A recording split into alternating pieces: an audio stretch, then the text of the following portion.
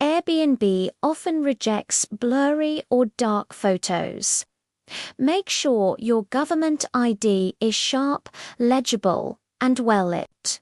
Make sure the name you use on Airbnb is exactly the same as on your ID. No nicknames, no abbreviations. Match them letter for letter.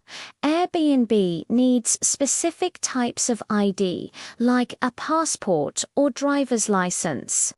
Sometimes upload the wrong one and they'll reject you. Some verification issues happen because the location on your ID doesn't match your current address. Update your profile address to match your ID exactly. If nothing works, don't panic.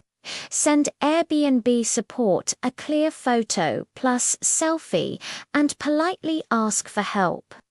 And that's it, to 5 simple tricks to fix Airbnb host verification issues. If you found this helpful, like, subscribe, and share with other hosts.